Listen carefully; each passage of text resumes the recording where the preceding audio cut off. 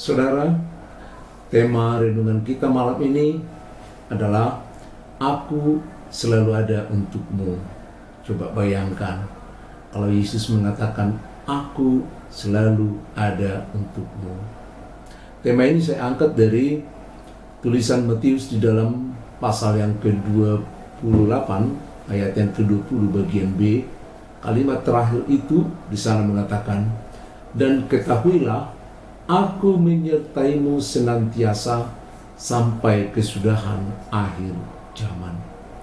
Saudara-saudara, Tuhan memberikan amanah kepada para murid-muridnya untuk memberitakan Injil ke seluruh dunia.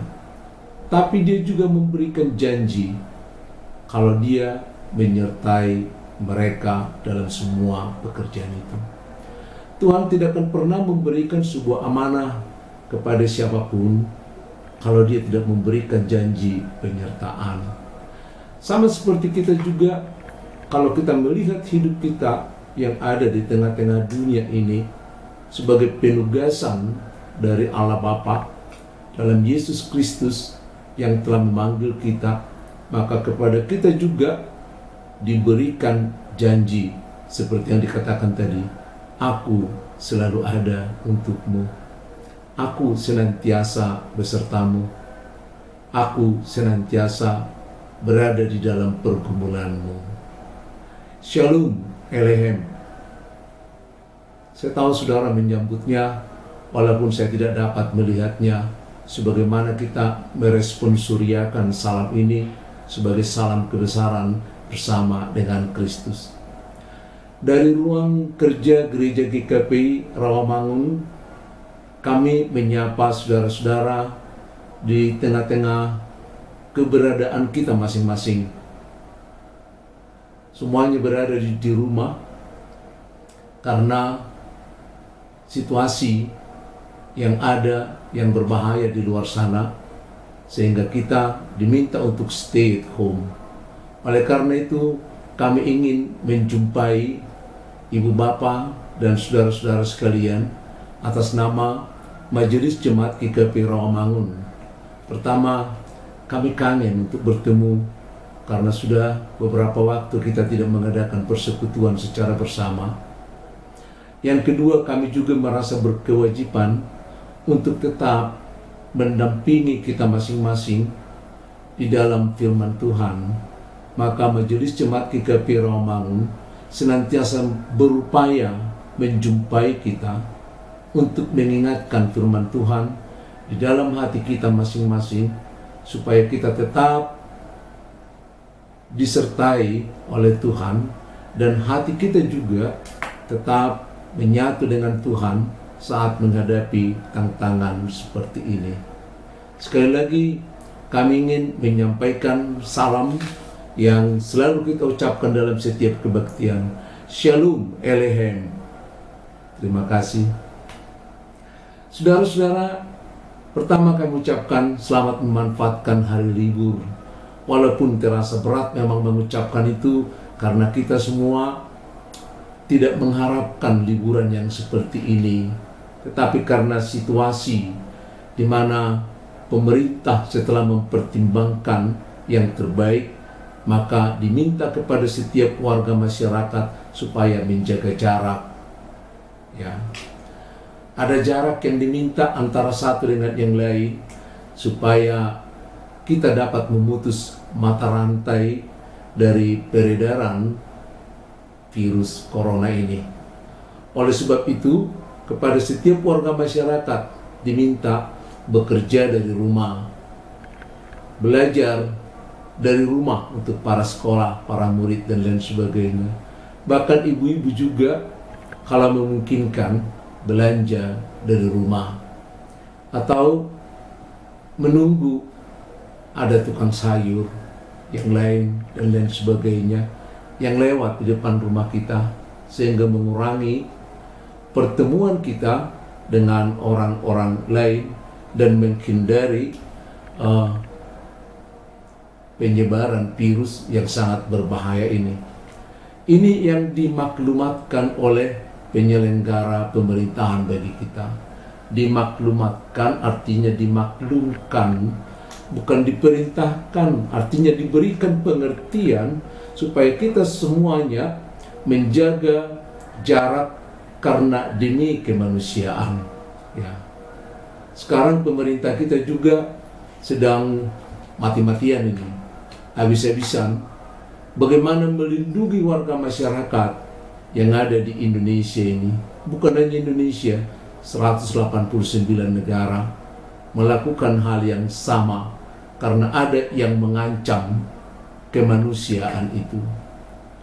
Oleh karena itu pemerintah atau penyelenggara negara ini menggunakan semua fasilitas yang kita percayakan bagi mereka supaya kita terselamatkan juga oleh apa yang boleh mereka lakukan untuk kita. Mereka memberikan petunjuk, salah satu diantaranya jaga jarak, tinggal di rumah, dan lain sebagainya. Ini sebenarnya bukan perintah, tapi bagaimana supaya kita memahami keadaan, sehingga kita juga membantu manusia lain. Kalau kita tidak tertular oleh virus ini, berarti kita telah membantu manusia lain untuk tidak tertular di dalam penyebaran virus yang berbahaya ini. Maka pemerintah lewat aparatnya mengerahkan semua kemampuan yang ada. Lihat mulai dari presiden dengan semua menterinya bahu-membahu, dengan gubernur-gubernur di daerah, dengan bupati-bupati dan wali kota, bahkan di tingkat RT dan RW seperti kita di GKP Rawamangun, hampir sekali 2 hari daerah kita di fogging oleh RT dan RW. Mereka semua bertarung melakukan apa yang terbaik demi kemanusiaan itu, supaya penderitaan manusia, kematian dapat dihindarkan. Pemerintah juga bahu-membahu mengeluarkan anggaran yang begitu besar. Coba bayangkan berapa banyak yang sedang tertular sekarang diduga di masyarakat. Mereka mencari, mendeteksi, mereka siapkan bahan-bahan untuk itu. Obat-obatan diimpor dan tenaga medis juga dikerahkan. Semuanya dilakukan untuk kemanusiaan. Ya, rumah sakit secepatnya dibangun. Bahkan tempat-tempat yang tidak begitu efisien diubah menjadi rumah sakit supaya bisa menampung penderita ini. Demikian juga dengan mengerahkan dengan para tenaga medis yang luar biasa sebagai garda terdepan yang akan mengantisipasi, bahkan mengobati. Mereka mau menyerahkan nyawanya, bertarung untuk menyelamatkan manusia-manusia yang sudah jadi korban dari virus ini. Saya pernah membaca, mendengar dari YouTube tentang cerita seorang dokter yang menangani ini. Mereka masuk ke ruang prakteknya dengan pakaian yang berlapis-lapis. Sepatunya dilapis, sampai yang menutup kepalanya dilapis. Maskernya nggak cukup 1, 2, ada pakaian plastik. Kalau mereka bekerja dalam satu shift 5 jam, mereka terbungkus di dalam, nggak boleh masuk udara. Ya, mereka nggak boleh minum, nggak boleh makan selama 5 jam. Bayangkan, maaf, ke belakang pun nggak boleh selama 5 jam. Ketika 5 jam mereka keluar dari pekerjaan diganti oleh orang lain, bajunya dibuka sudah basah kuyup semuanya. 5 jam mereka bertahan untuk kemanusiaan itu. Oleh karena itu saudara-saudara, nanti setelah renungan ini, mari kita membangun doa untuk para syuhada-syuhada ini, para relawan-relawan kita. Bahkan sudah ada yang menjadi pahlawan karena sudah meninggal terpapar oleh penyakit, di mana dia mau mengobati orang lain, tapi dia yang harus menanggung resikonya. Saudara-saudara, itu yang boleh kita lihat di dalam kehidupan kita sehari-hari saat ini. Oleh karena itu, mari kita saling memahami, mari kita memberikan pengertian satu dengan yang lain, supaya setiap orang merasakan, memahami bagaimana tinggal di rumah walaupun memang kita tidak setujui. Sebagaimana kita pahami memang, setiap masalah yang kita hadapi, kalau mau kita melihat permasalahan itu secara utuh di dalam Tuhan, niscaya kalau di dalam setiap perkara yang kita hadapi, Tuhan pasti hadir di sana. Apapun bentuknya, apakah kita mengatakan itu masalah, apakah kita mengatakan problem, apakah kita menyebutnya sebagai tantangan, atau bencana, atau kesulitan, atau apapun yang membawa kita tidak nyaman. Tapi kalau kita mencoba merenungkan di dalam firman Tuhan yang sudah sering kita dengar, maka kita akan diyakinkan bahwa Tuhan selalu hadir bersama dengan kita. Sebagaimana tema tadi, aku selalu ada untukmu.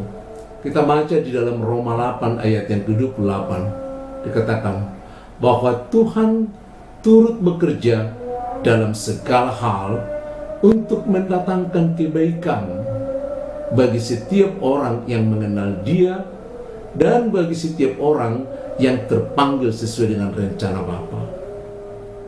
Bayangkan, dalam setiap bencana, dalam setiap keadaan, kesulitan, problem yang kita tidak sukai, yang ternyata kita selalu mencoba menghindarinya, tapi Tuhan mengatakan Dia selalu ada di situ.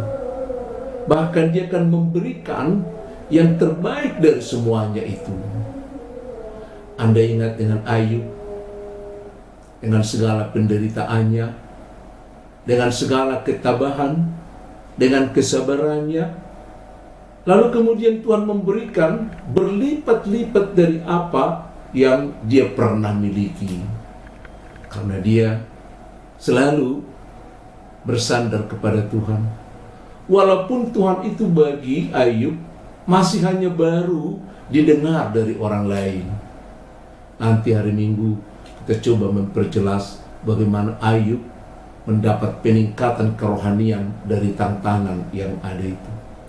Oleh karena itu saudara-saudara, kalau kita menyadari Tuhan itu ada di tengah-tengah berbagai kesulitan apapun yang kita hadapi, ya, bukan hanya masalah virus corona, tapi persoalan-persoalan pribadi kita pun, persoalan rumah tangga, masalah anak, sosial, pekerjaan, ya. Apakah persoalan itu yang kita buat karena kelalaian kita, atau karena kesalahan orang lain, atau karena bencana alam?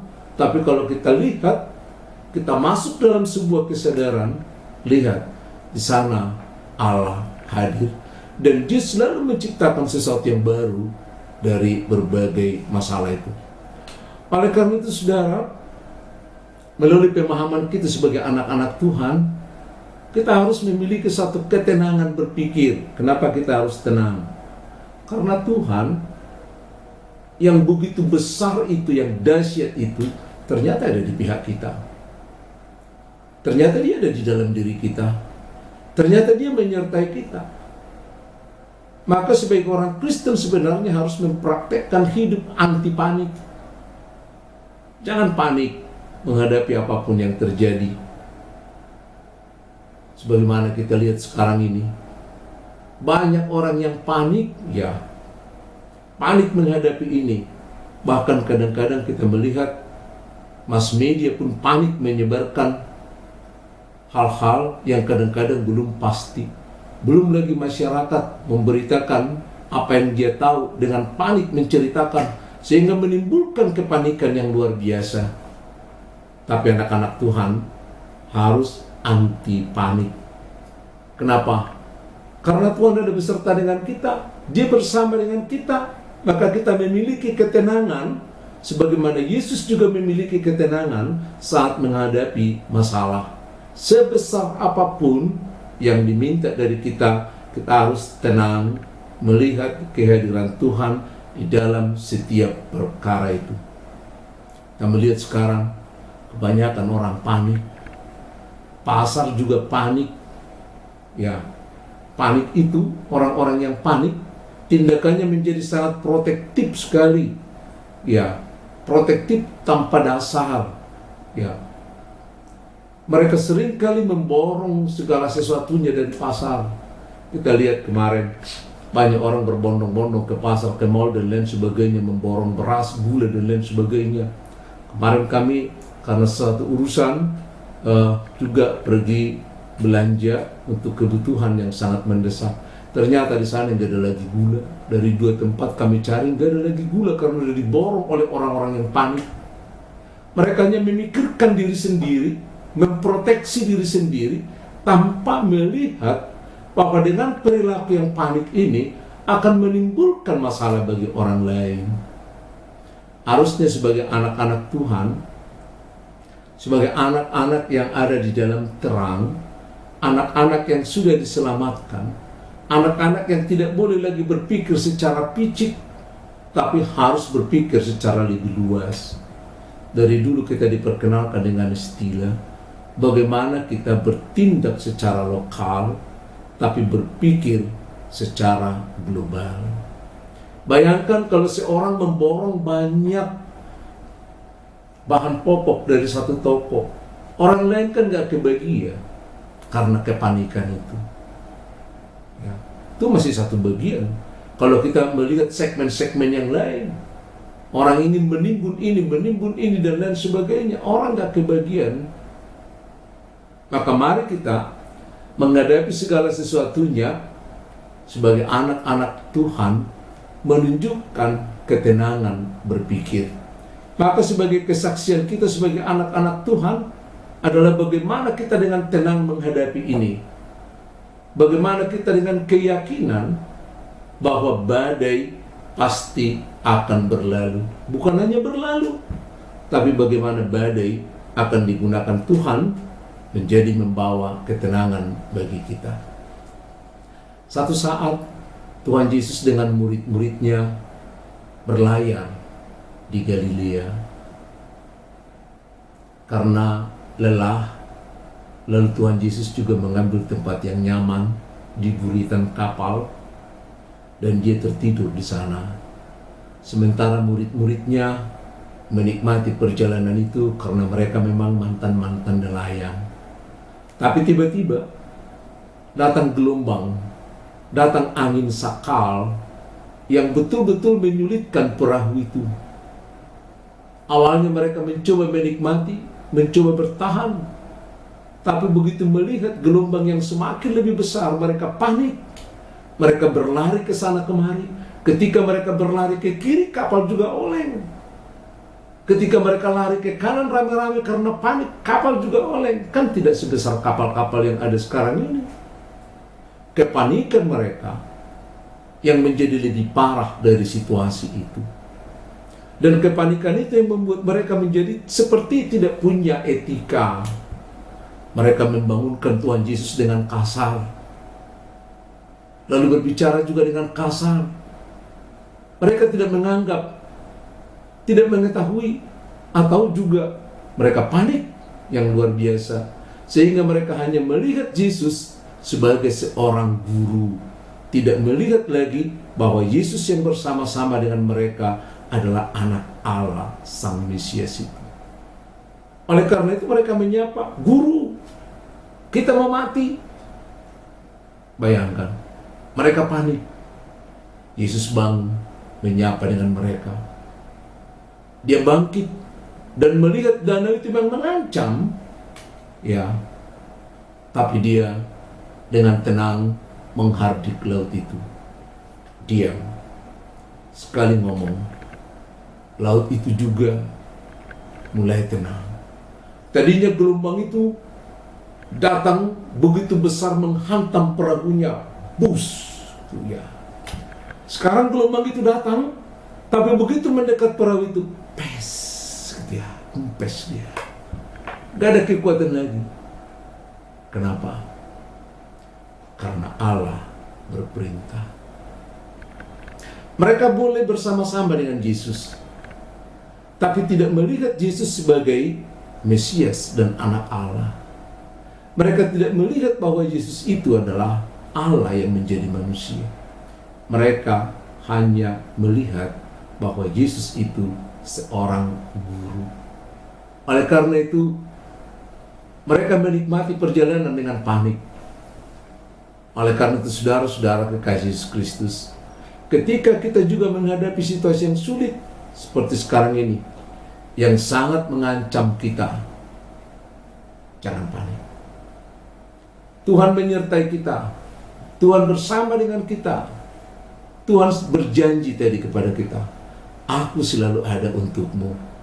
Dalam pergumulan apapun, Dia selalu ada. Jadilah orang yang tenang, mengambil keputusan, pertimbangkan apa yang terbaik, berpikirlah secara global, bertindak secara lokal untuk kemuliaan Tuhan, dan termasuk juga menjadi kesejahteraan kita. Amin.